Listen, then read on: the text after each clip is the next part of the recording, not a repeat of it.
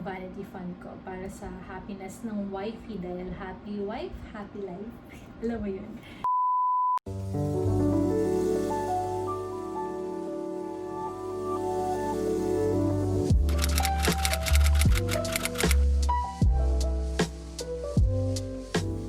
Hi everyone! Welcome back to my channel. My name is Claudine and today let's do some little unboxing of my new Dyson Airwrap complete set. So I got the complete set na kasi konti lang naman yung difference doon sa other models. So I'll show you kung ano yung mga available. So meron silang Dyson Airwrap Styler Complete Nickel Red yung kulay, and then yung Dyson Airwrap Styler Complete, and then meron din silang Dyson Airwrap Styler Smooth Control and the Dyson Airwrap Styler Volume and Control. Lahat yan nandito na rin sa box na to. So I'm gonna show you the unboxing now na para mabilis tayo. So dalawa yung box niya. So ito yung meron siyang box na yung karton na brown, and then meron pa siyang isang box na ganito, and then sa loob nito yung pangatlong box is this leather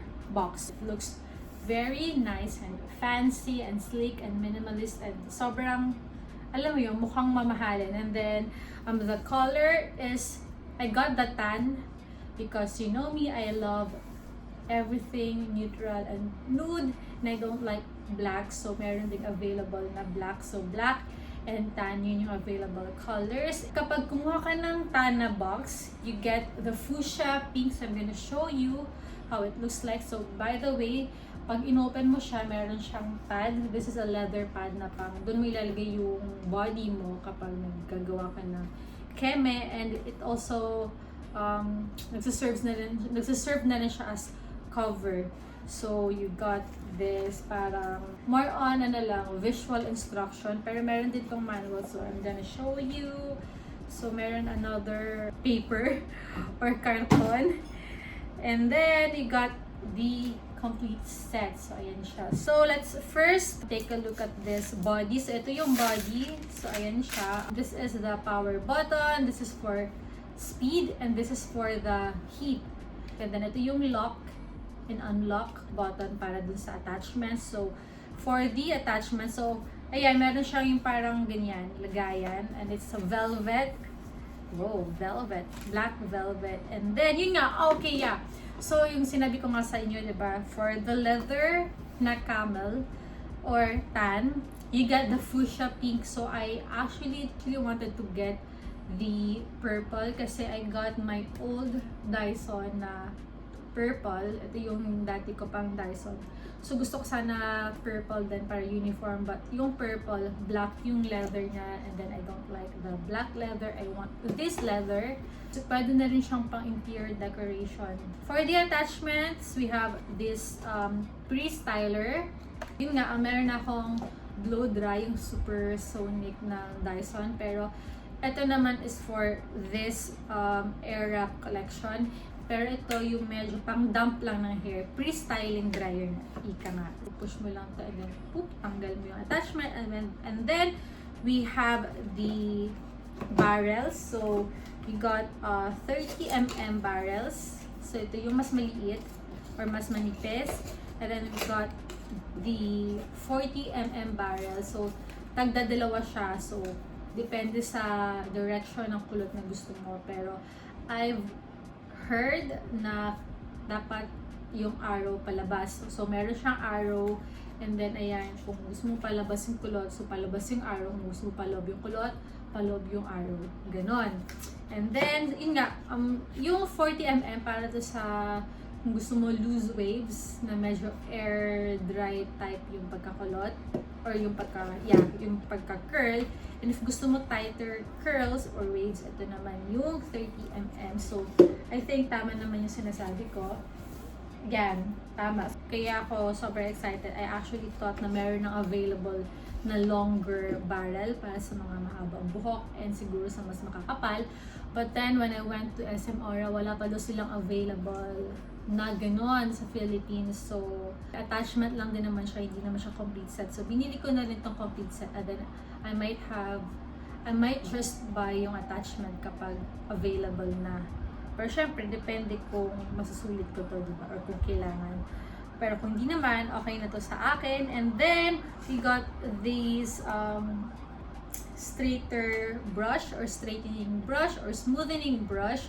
So, we have the soft bristle and the firm bristle. So, etong soft para sa mga maninipis yung buhok. And yung firm para sa mga frizzy hair or makakapal na buhok.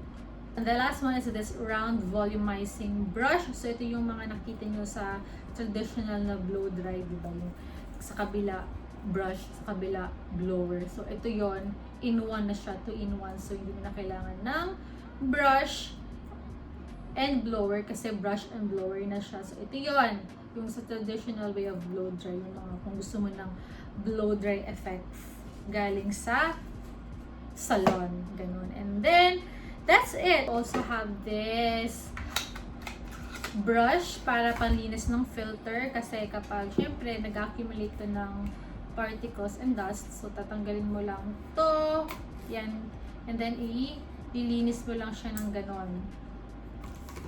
So ganyan, panglinis. So ayan, so that's it. Ito lang yung laman ng complete set, and as I said, I'm still waiting for the longer barrel.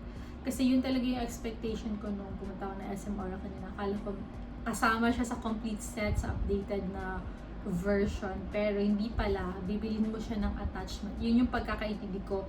And then you still have to buy yung body.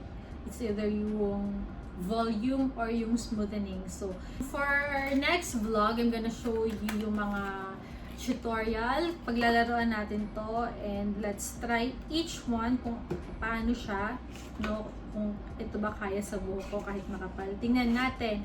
So, paglaruan natin to sa mga next vlogs. So, I'm gonna do a Dyson series. So, don't forget to subscribe.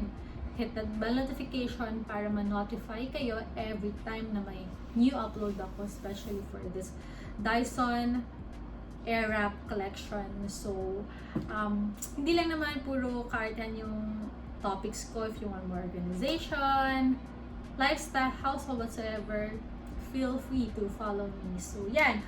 By the way, for the price, this is 29. Where's the resibo? This is 29,500. Yes, oo. So,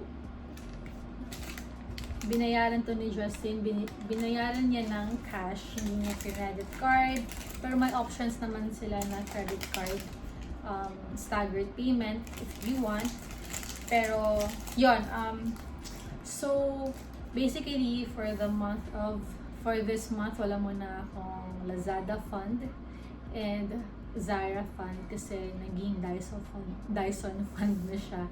So, ito muna, vanity fund ko para sa happiness ng wifey dahil happy wife, happy life. Alam mo yun. So, I think that's it. Thank you so much for watching, and I'll see you on the next video. Bye!